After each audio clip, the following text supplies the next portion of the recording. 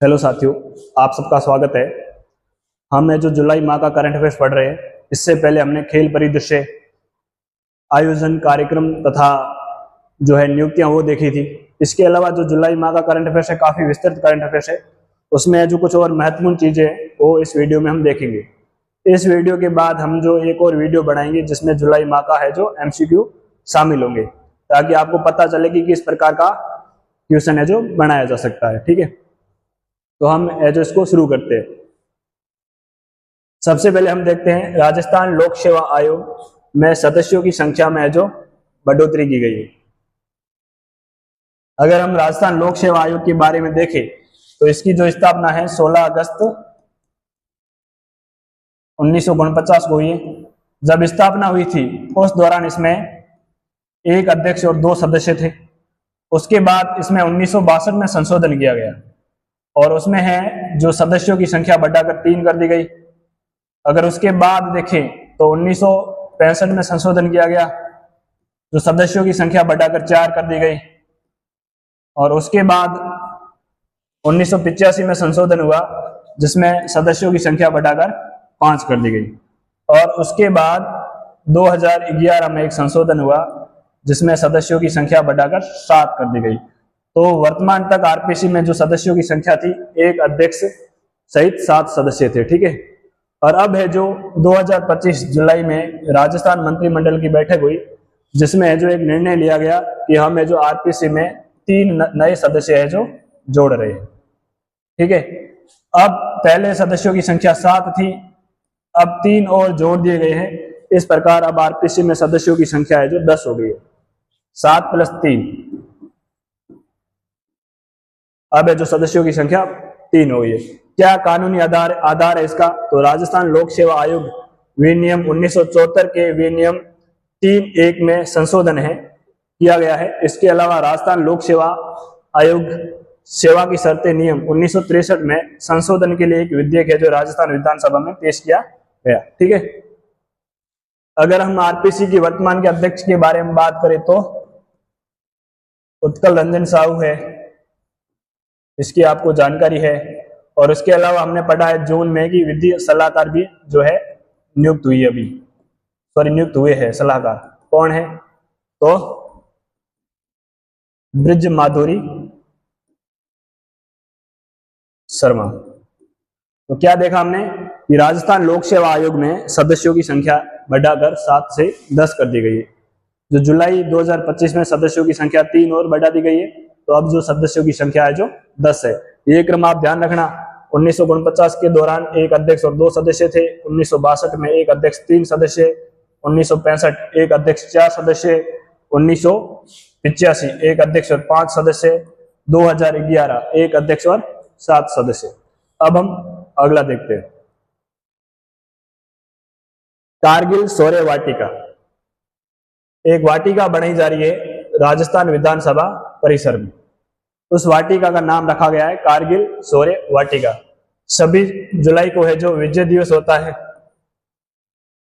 26 जुलाई को विजय दिवस, क्योंकि इसी दौरान है जो कारगिल का जो युद्ध हुआ था 1999 में, तो उसके उपलक्ष्य में है जो विजय दिवस मनाया जाता है। राजस्थान विधानसभा परिसर में वासुदेव देवनानी है जो राजस्थान विधानसभा के अध्यक्ष है, वो जो इस कारगिल शौर्य वाटिका के उद्घाटन करता थे। और इसमें क्या मुख्य बिंदु है, आपको क्या ध्यान में रखने हैं कि कारगिल शौर्य वाटिका के बारे में आपसे क्या पूछा जा सकता है। ठीक है, तो है जो ऑपरेशन विजय में शहीद हुए वीरों की स्मृति में इसका निर्माण किया गया है। 21 वीरांगनाओं ने है जो पौधारोपण किया है। ठीक है, और 21 वीरांगनाओं को इसमें है जो सम्मानित किया गया। वीरांगनाएं कौन है? जो शहीदों की पत्नियां या जो उनकी माताएं है वो उनकी वीरांगनाएं। ठीक है, इसमें 5 प्रकार के, इस कारगिल शौर्य वाटिका में 5 प्रकार के पौधे हैं जो लगाए गए हैं। 5 प्रकार के पौधे कौन कौन से? तो इनकी प्रजाति आपको विशेष ध्यान रखनी है। सिंदूर, areca palm, song of India, Krishna ficus और क्रोटोन। ठीक है, तो ये ध्यान रखना। 2 तो ऐसा से है, सिंदूर और सॉन्ग ऑफ इंडिया, एक एरिका पाम और 2 केस है, कृष्णा फाइकस और क्रोटोन। कारगिल शौर्य वाटिका कहाँ बनाई गई है? तो राजस्थान विधानसभा है जो उसके परिसर में है जो बनाई गई है। ठीक है, अगला देखते हैं हम।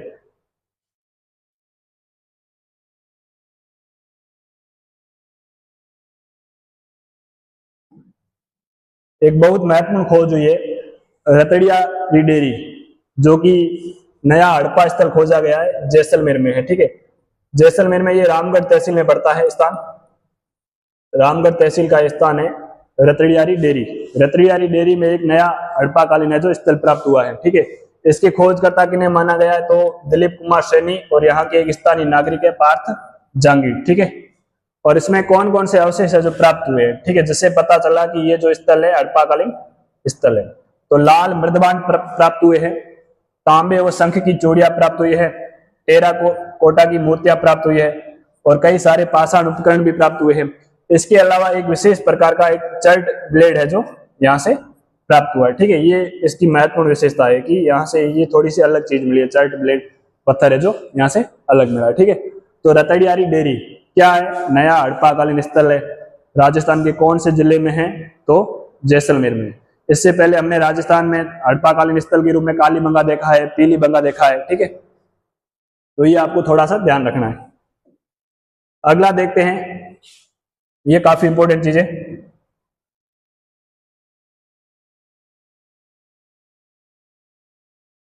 राजस्थान मंत्रिमंडल की जो बैठक हुई थी 14 जुलाई 2025 को, इसमें है जो 3 संयुक्त उपक्रम जॉइंट वेंचर है जो बनाए गए या कंपनियों का गठन किया गया है।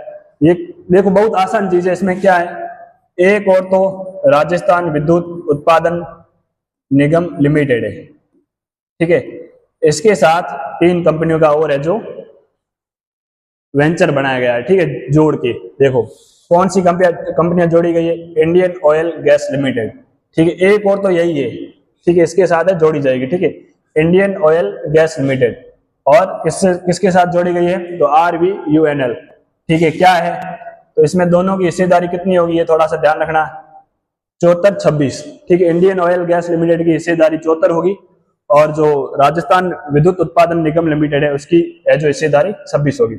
परियोजना क्या है तो 500 मेगावाट का एक सौर ऊर्जा संयंत्र है जो लगाया जाएगा, और इसके लिए ये दोनों कंपनियां मिलकर लगभग 2000 करोड़ का है जो निवेश करेगी। ठीक है, दूसरा संयुक्त उपक्रम कौन सा है तो ऑयल इंडिया लिमिटेड, किसके साथ तो RVUNL के साथ। ठीक है, इसमें देखो इसमें हिस्सेदारी कितनी है, पार्टनरशिप, दोनों की पार्टनरशिप 50-50% है। परियोजना कौन सी है तो इसमें 100 मेगावाट का सौर और 200 मेगावाट का पवन ऊर्जा संयंत्र है जो लगाया जाएगा। ठीक है, और इसमें जो निवेश किया जाएगा वो लगभग 5000 करोड़ का है जो किया जाएगा। उसके बाद तीसरा देखो गेल लिमिटेड। ठीक है, कौन है साथ में तो RVUNL। हिस्सेदारी कितनी है तो दोनों में 50-50 है जो हिस्सेदारी है। कौन सी परियोजना है, परियोजना क्या काम करेगी तो धौलपुर और रामगढ़ गैस पावर प्लांट का हस्तांतरण होगा, साथ में 750 मेगावाट सौर तथा 250 मेगावाट पवन ऊर्जा है जो ये संयंत्र है जो लगाए जाएंगे। ठीक है, और इसमें जो निवेश होगा कितना होगा तो लगभग 4200 करोड़ है जो निवेश होगा। ठीक है, तो ये ध्यान रखना, बिल्कुल आसान चीज है। Indian oil gas limited RVUNL, oil India limited RVUNL, गेल इंडिया लिमिटेड RVUNL। ठीक है, हिस्सेदारी इंडियन ऑयल गैस लिमिटेड की ज्यादा है 74-26 है, और बाकी दोनों की जो 50-50 है। ठीक है,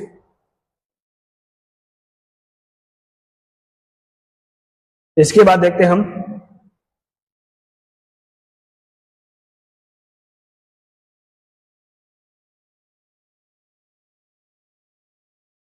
उत्तर भारत का पहला green hydrogen valley innovation centre GHVIC, काफी इंपोर्टेंट है ये।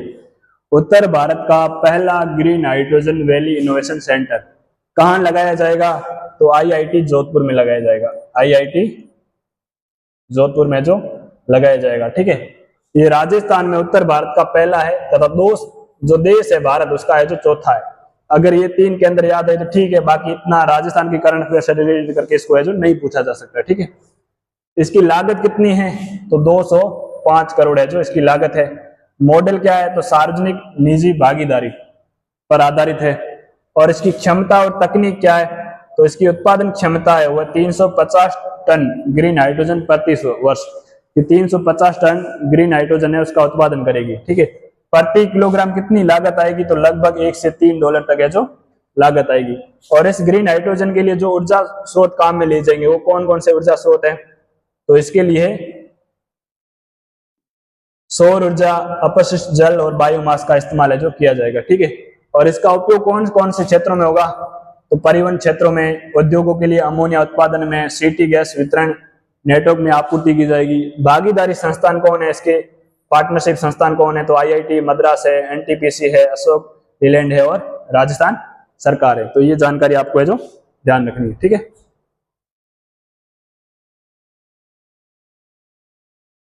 इस बार की जो मंत्रिमंडल की बैठक हुई है उसमें कई सारी पॉलिसियां हैं जो बनाई गई है। ठीक है, 14 जुलाई को, तो डेट तो आपको आसानी से याद हो जाएगी। 14 जुलाई की कई सारी चीजें हैं जो हुई है।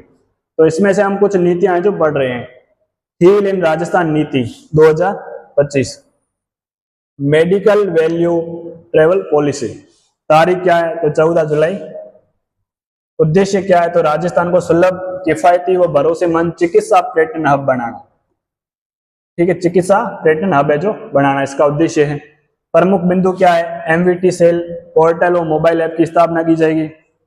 मरीजों है तो टेली परामर्श और बहुभाषी हेल्पलाइन है जो नंबर जारी किए जाएंगे। निजी निवेशकों को, जो इसमें प्राइवेट सेक्टर के जो लोग हैं, निवेशक हैं, उनके लिए रेप्स और अन्य नीतियों के तहत प्रोत्साहन है जो दिया जाएगा। ठीक है, इसमें कुछ ज्यादा इंपॉर्टेंट चीजें हैं नहीं। क्या है हील इन राजस्थान नीति, तो इसके तहत राजस्थान को है जो चिकित्सा पर्यटन हब बनाना है। ठीक है, ये चीज है जो आपको ध्यान में रखनी है। ठीक है,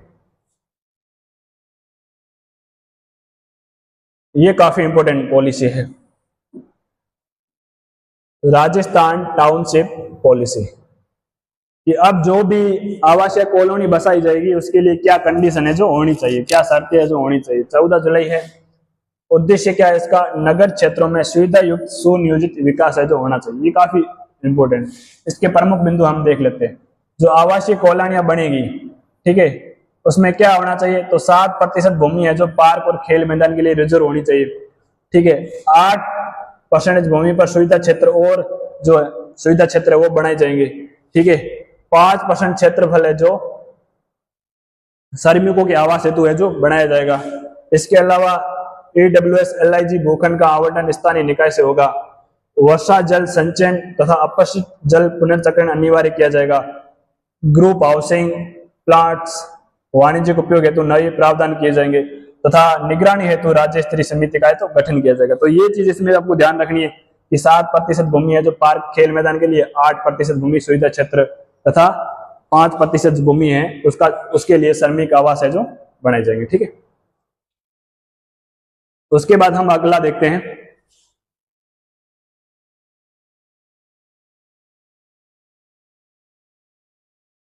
गोरबिया सौर ऊर्जा परियोजना। गोरबिया कहाँ है स्थान, तो ये नोख या नोखा बीकानेर में है। ठीक है, इसमें एक सौर ऊर्जा परियोजना है जो लगाई जाएगी। उसकी क्षमता कितनी होगी, तो 435 मेगावाट और क्षेत्रफल है जो 1250 हेक्टेयर है जो होगा। ठीक है, क्या ध्यान रखना है, ये नोक बीकानेर में है और 435 मेगावाट इसकी है जो क्षमता है। ठीक है, और 1250 एकड़ में जो यह फैला हुआ है।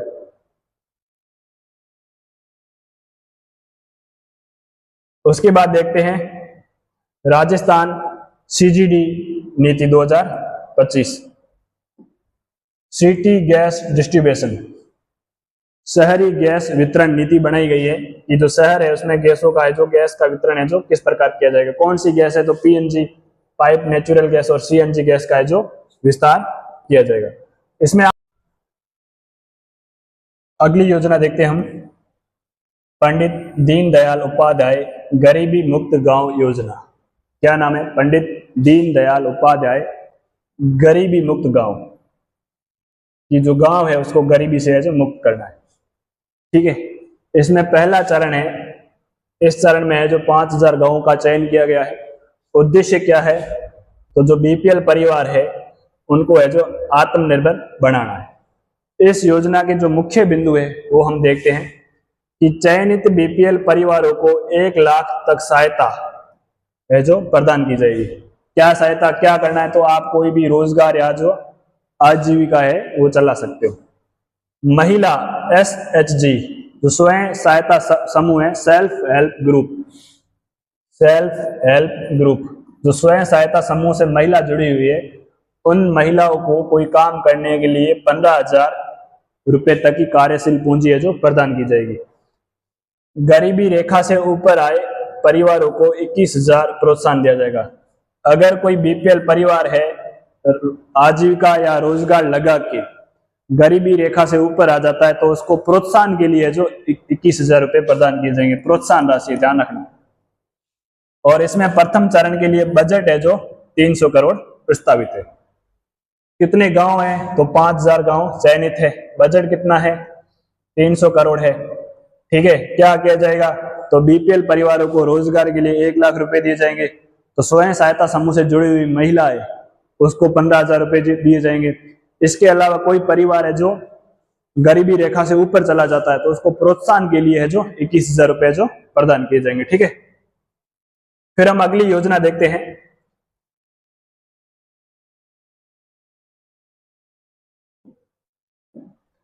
सीमावर्ती 4 जिलों के दुग्ध उत्पादकों हेतु विशेष योजना।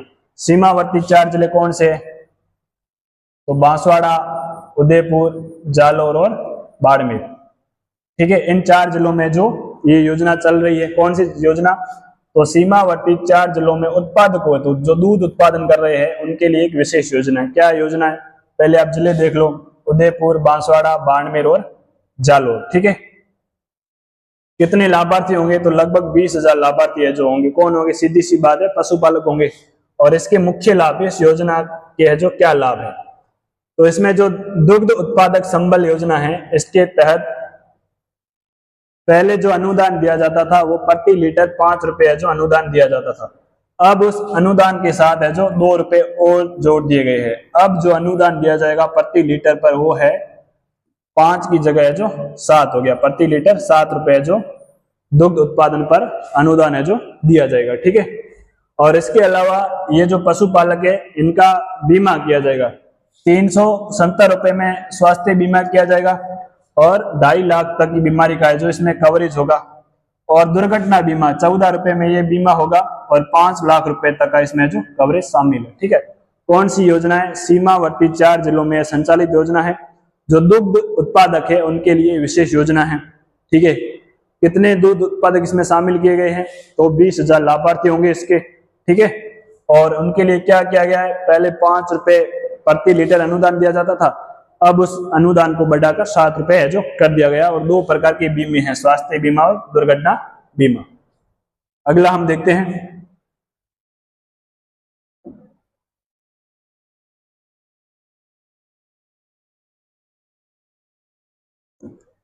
Lieutenant colonel Deepika Rathore. ठीक है, इसके बारे में क्या है जानकारी देखो। डिडवाना की दीपिका राठौड़ ने तंजानिया की माउंट किलिमंजारो है जो फतेह की, या उन पे है जो चढ़ाई की। माउंट किलिमंजारो तंजानिया की चोटी है, कहाँ की है, कर्नल, तो दीपिका राठौड़ कर्नल है जो डिडवाना नागौर की है। इसमें ये आपको ध्यान में रखना है। ये शिखर फतेह करने वाली राजस्थान की है जो पहली महिला है। ठीक है, दूसरा हम देखते हैं राज्य स्तरीय संपूर्णता अभियान सम्मान समारोह। ठीक है, 28 जुलाई 2025 को जयपुर में है जो ये कार्यक्रम आयोजित किया गया, सम्मान समारोह आयोजित किया गया। ये क्या है, तो नीति आयोग अभियान जो कि जुलाई से सितंबर 2024 में आयोजित हुआ था, उसमें उत्कृष्ट प्रदर्शन हेतु सम्मान दिए गए हैं। ठीक है, एक नीति आयोग का अभियान था, जुलाई से सितंबर 2024 में चलाया गया था। उस अभियान में जिन जिलों ने उत्कृष्ट प्रदर्शन किया है उनको है जो सम्मानित किया गया। ठीक है, तो इसमें 6 संकेतक थे, उस अभियान में जो 6 संकेतक थे, और उन सभी संकेतकों में करौली ने जो 100% परफॉर्मेंस किए, इसलिए इसको है जो स्वर्ण पदक मिला है। ठीक है, करौली है जो उसके विजेता रहा है। इसके अलावा 12 धौलपुर, जैसलमेर और सिरोही 4 संकेतकों में इन्होंने उत्कृष्ट प्रदर्शन किया है और इन्हें जो कांस्य पदक प्राप्त हुआ है। उसके अलावा कुछ ब्लॉक भी है जैसे जायल, रानी और खेरवाड़ा, इन सभी ब्लॉकों ने 6 जो संकेतक थे उनमें अच्छी परफॉर्मेंस दी है, इसलिए इनको ब्लॉकों में जो स्वर्ण पदक प्रदान किया गया। वापस देखते हैं, राज्य स्तरीय संपूर्णता अभियान सम्मान समारोह क्या है, नीति आयोग का एक अभियान था जो कि जुलाई से सितंबर 2024 के मध्य चलाया गया। उस अभियान में जिन जिलों ने उत्कृष्ट प्रदर्शन किया है उनको है जो सम्मानित किया गया है। करौली ने 6 संकेतकों में सबसे अच्छा प्रदर्शन किया तो उसको गोल्ड मेडल मिला है। और कुछ जिलों में जैसे बारा, धौलपुर, जैसलमेर, सिरोही, इन्होंने 4 संकेतकों में अच्छी परफॉर्मेंस की है तो इन्हें जो कांस्य पदक मिला है। और कुछ ब्लॉकों को भी प्रदान किया गया जिसमें जायल है, नागौर, रानी, पाली और खेरवाड़ा, उदयपुर, इनको है जो स्वर्ण पदक मिला है ब्लॉक में। ठीक है, अगला देखते हैं, देश का पहला राजकीय बालिका सैनिक विद्यालय। ठीक है, और जयमल सर बीकानेर में है जो इसका उद्घाटन किया गया है। इसका नाम है जो पूजनीय रामी देवी राम नारायण राठौर बालिका सैनिक विद्यालय जो किया गया। बालिका सैनिक विद्यालयों के बारे में हमने पढ़ा है, बजट में इसकी घोषणा हुई थी, ग्रीन बजट 2025-26 घोषणा हुई थी। 5 जिलों में जो बनाया जाएगा, कौन कौन से, तो जैसलमेर, बीकानेर, जयपुर, अलवर और कोटा, इन 5 जिलों में ये बालिका सैनिक विद्यालय जो स्थापित किए जाएंगे। तो है पहला विद्यालय जो बीकानेर में स्थापित किया गया है, ये राजस्थान का ही नहीं, भारत का पहला बालिका सैनिक विद्यालय है। ठीक है, कहाँ स्थापित किया गया, जयमल सर बीकानेर। नाम क्या रखा गया है, तो पूजनीय रामी देवी राम नारायण राठौर बालिका सैनिक विद्यालय।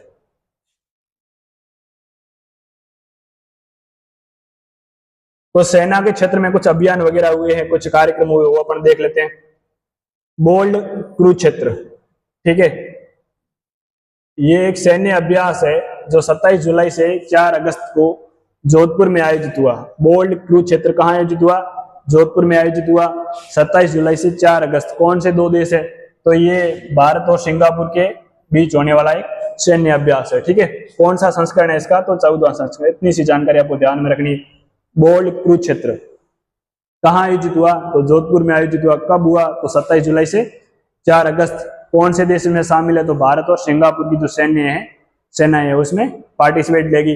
कौन सा संस्करण है, तो 14वां संस्करण है। ठीक है, अगला देखो, स्वदेशी आर्टिलरी परीक्षण। जुलाई 2025 में पोखरण रेंज पर भारतीय सेना ने 155 मिमी स्वदेशी गोला बारूद का सफल परीक्षण किया। ठीक है, तो स्वदेशी आर्टिलरी है जो बनाई गई, उसका है जो परीक्षण किया गया। कहाँ किया गया, तो पोखरण रेंज में किया गया। ठीक है, ये जो स्वदेशी आर्टिलरी है इसका जो परीक्षण किया गया ये इसी प्रोजेक्ट से जुड़ा हुआ है, प्रोजेक्ट सदा आगे। ठीक है, ये क्या है, तो जुलाई 2025 में जैसलमेर की पोखरण रेंज में भारतीय सेना ने इस परियोजना के तहत स्वदेशी विकसित गोला बारूद का सफल परीक्षण है जो किया, इसी का हिस्सा है प्रोजेक्ट सदा आगे। ठीक है, ये भारतीय सेना और रक्षा अनुसंधान संगठन DRDO ने है जो संयुक्त पहल है DRDO की, कि हम अधिक से अधिक है जो स्वदेशी गोला बारूद है जो निर्मित करें। ठीक है, क्या है, तो 3 ही चीजें, 3 क्या 2 ही होगी। बोल्ड कुरुक्षेत्र भारत और सिंगापुर का सैन्य अभ्यास, 14वां संस्करण कहाँ आयोजित हुआ, जोधपुर में आयोजित हुआ। और प्रोजेक्ट सदा आगे, पोखरण रेंज में क्या किया गया, तो स्वदेशी गोला बारूद बनाए गए, उनका है जो परीक्षण है जो किया गया।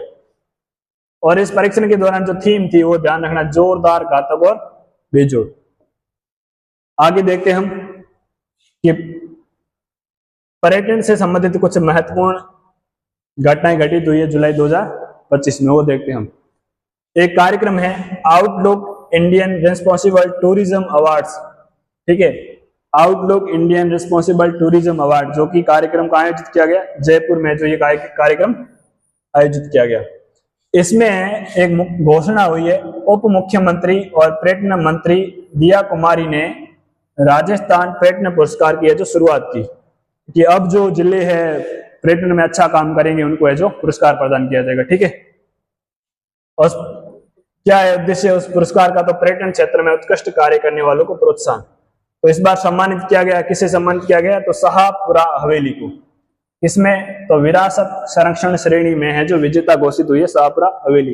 तो ये आपको ध्यान में रखना है कि कौन सी हवेली है जो विरासत संरक्षण श्रेणी में विजेता घोषित हुई है पर्यटन पुरस्कार में, तो शाहपुरा हवेली।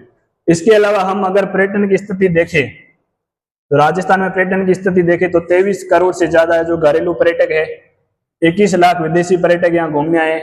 और पर्यटन के मामले में जो भारत में इसका 5वां स्थान है।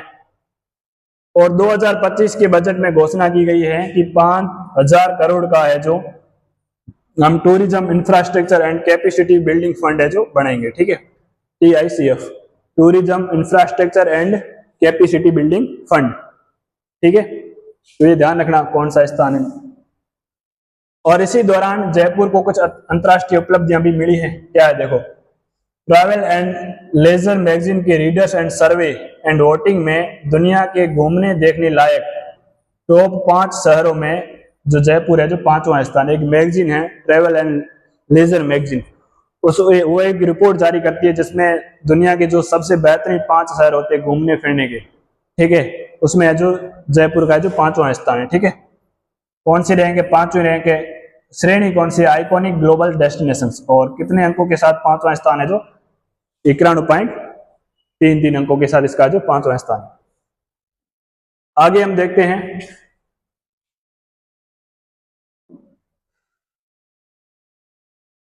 12वां भारत गौरव अवार्ड कब आयोजित हुआ, 3 जुलाई 2025 ब्रिटिश संसद लंदन में। और आयोजक कौन है, संस्कृत युवा संस्था। ये आपको ध्यान में नहीं रखना है। हाँ, मान लो कि कोई फैक्चुअल सवाल बने जिसमें कई सारे फैक्ट होंगे, इनमें से कौन सा कथन 12वां भारत गौरव अवार्ड के बारे में आ सकते हैं, तब आपको इसी जानकारी याद रखनी पड़ सकती है। तो ध्यान रखना ब्रिटिश संसद में इसका आयोजन हुआ। आयोजक कौन है, संस्कृत युवा संस्था है जो इसकी आयोजक है। इसमें कुल 25 व्यक्तियों को है जो सम्मानित किया गया है, जिसमें से राजस्थान के 5 व्यक्ति, 25 में से 5 व्यक्ति राजस्थान के। कौन कौन से, तो किरण अग्रवाल है, गुलाब सफेरा है, राजकुमार सेठिया है, सुनील खेतपालिया है, संजना करनानी। किरण अग्रवाल है जो शेखावटी क्षेत्र से है, हिंदुस्तान जिंक लिमिटेड की चेयरपर्सन है। गुलाब सफेरा आप सब जानते हो, जयपुर से और अंतर्राष्ट्रीय लोक कलाकार है। राजकुमार सेठिया जयपुर से है और MD के CEO है, SK फाइनेंस लिमिटेड के जो CEO है। सुनील खेतपालिया ब्यावर के है और उद्योगपति तथा समाज सेवी है। संजना करनानी बीकानेर की है तथा लंदन में एक सामाजिक कार्यकर्ता के रूप में जो काम करते हैं, ठीक है। 12वां भारत गौरव अवार्ड।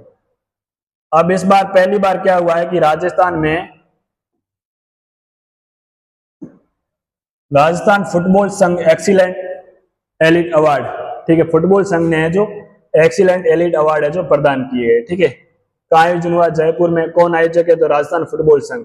और किनको है जो पुरस्कार प्रदान किए गए, तो देखो आप, professional footballer of the year मार्तन रेना, best domestic footballer Altaf Hussain, best referee, तो 2 रेफरियों को अवार्ड प्रदान किया गया है, करमवीर खींचड़ और जस्टिन जेस। इमर्जिंग प्लेयर विशाल कलोशिया और देरे सनाडे। और कौन सी अकेडमी है जो, कौन सा जिला है जो फुटबॉल में अच्छा कर रहा है, तो पुरुषों में हनुमानगढ़ कर रहा है और तो महिला में है जो बीकानेर।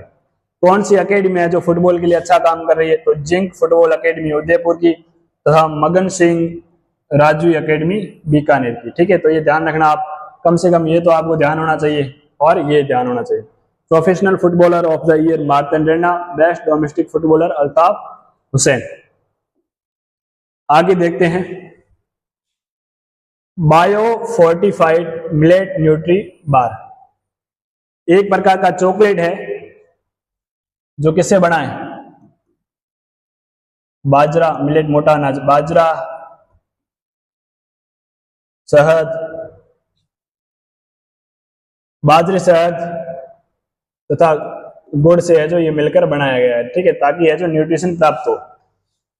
और ये किसे दिया जाएगा, तो देखो 15 जुलाई 2025 को दिया कुमारी ने जयपुर व उदयपुर, ध्यान रखना, जयपुर व उदयपुर की 544 आंगनबाड़ियों में 3 से 6 वर्ष के बच्चों को, जिनकी संख्या लगभग 10,000 है, इस पायलट योजना की है जो शुरुआत की, जिसमें बाजरा, गुड़ और शहद से बनी चॉकलेट है जो बच्चों में बांटी जाएगी, ताकि बच्चों में जो न्यूट्रिशन की कमी है जो खत्म की जा सके। ये 6 महीनों तक प्रोग्राम है जो चलेगा।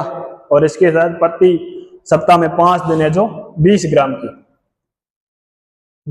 की है जो चॉकलेट दी जाएगी, जो बाजरा, शहद और गुड़ से बनी होगी।